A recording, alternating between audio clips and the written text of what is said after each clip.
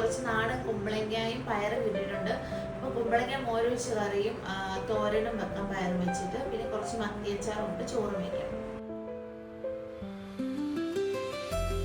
ഇത് ഊണിന് വേണ്ടിയിട്ടുള്ളതാണ്. ഇപ്പം ഞാൻ പയറുണ്ടായിരുന്നല്ലോ, പയർ നല്ല നാടൻ പയറായിരുന്നേ. ആ പയർ ചെറുതായിട്ട് അരിഞ്ഞിട്ട് തേങ്ങയും ഒരു സവാളയും 2 പച്ചമുളകും മഞ്ഞൾപ്പൊടി ഉപ്പും കരിയാപ്പിലയും തേങ്ങ എല്ലാം പോട്ട് നന്നായിട്ടൊന്ന് തിരുമ്മി വെച്ചിട്ടുണ്ട്. പിന്നെ കുമ്പളങ്ങ ഉണ്ടായിരുന്നല്ലോ, കുമ്പളങ്ങ തേങ്ങ അരച്ചൊരു മോര് കറി വെക്കാമെന്ന് വിചാരിച്ചു. അതിന് ചെറുതായിട്ട് കുമ്പളങ്ങ അരിഞ്ഞ് ഒരു സവാളയും പച്ചമുളകും ഉപ്പും മഞ്ഞൾപ്പൊടിയും ഇട്ട് ഞാൻ തേങ്ങയും പച്ചമുളകും സവാളയും കരിയാപ്പിലയും ഉപ്പും മഞ്ഞൾപ്പൊടിയും എല്ലാം കൂടെ തിരുമ്മിയിട്ട് കടുക് എണ്ണ വെച്ച് കടുക് ഇട്ടിട്ടൊന്ന് വഴറ്റിയെടുക്കുവാണ്. എന്നിട്ട് ചെറുതായിട്ടൊന്ന് വെള്ളം തളിച്ചിട്ട് ഒന്ന് വേവിക്കാൻ വെക്കാം. നല്ല നാടൻ പയറാണ്. പിന്നെ ഇപ്പുറത്തെ അടുത്ത കുമ്പളങ്ങ കറിയാണ്. കുമ്പളങ്ങ കറിക്ക് ചെറുതായിട്ട് കുമ്പളങ്ങ അരിഞ്ഞ് സവാളയും പച്ചമുളകും കരിയാപ്പിലയും ഉപ്പും മഞ്ഞൾപ്പൊടി ഇട്ടൊന്ന് വേവിക്കാൻ വെക്കാം. കുറേ നാളിന് ശേഷമാണ് ഞാൻ വീഡിയോ ഒക്കെ തന്നെ എടുക്കുന്നത്. എന്തെങ്കിലും പോരായ്മകളൊക്കെ ഉണ്ടെങ്കിൽ എല്ലാവരും ക്ഷമിക്കണേ. അപ്പം കുമ്പളങ്ങ കറിക്ക് വേണ്ടിയിട്ട് തേങ്ങയും ജീരകവും മഞ്ഞൾപ്പൊടിയും പിന്നെ കുറച്ച് കൊച്ചുള്ളിയും വെളുത്തുള്ളിയും കൂടെ നന്നായിട്ട് അരച്ചെടുക്കാം. ആ അരപ്പിൻ്റെ കൂടെ എനിക്ക് കുറച്ച് പുളിയുള്ള തൈരാണ് ഇഷ്ടം. അപ്പം ഞാൻ കുറച്ച് പുളിയുള്ള തൈരും കൂടി ഇട്ട് ഒന്ന് അടിച്ചെടുത്തിട്ട് വരാം. നമ്മുടെ കുമ്പളങ്ങ കറി കുമ്പളങ്ങ എല്ലാം നന്നായിട്ട് വെന്തിട്ടുണ്ട്.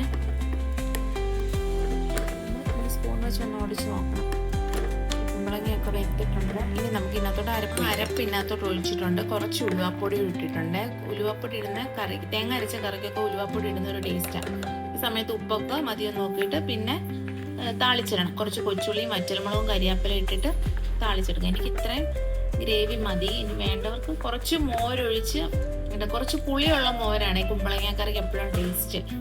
ഞങ്ങൾക്ക് അത് ഇഷ്ടം. ചിലർക്ക് പുളിയുള്ളതായിരിക്കും, ചിലർക്ക് പുളിയില്ലാത്തതായിരിക്കും ഇഷ്ടം. കടുക് വറുത്തൊഴിക്കാൻ വേണ്ടി ചീനിച്ചട്ടി വെച്ചിട്ടുണ്ട്.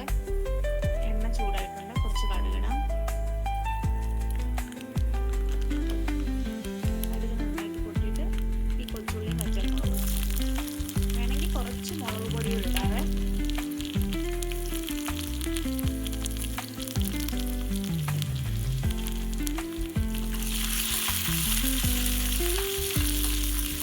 കുമ്പളങ്ങക്കറി ഇവിടെ സെറ്റ് ആയിട്ടുണ്ട്.